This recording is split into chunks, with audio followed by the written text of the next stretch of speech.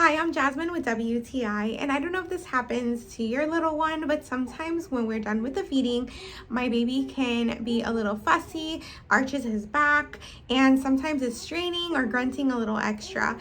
That usually means that he has some gas and he's having a little trouble getting it out.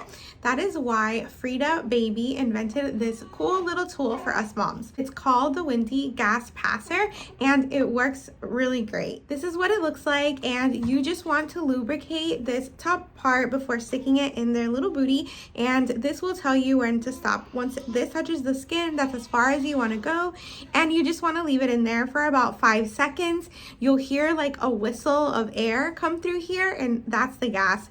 Instantly they feel relief, which is so nice for both of you.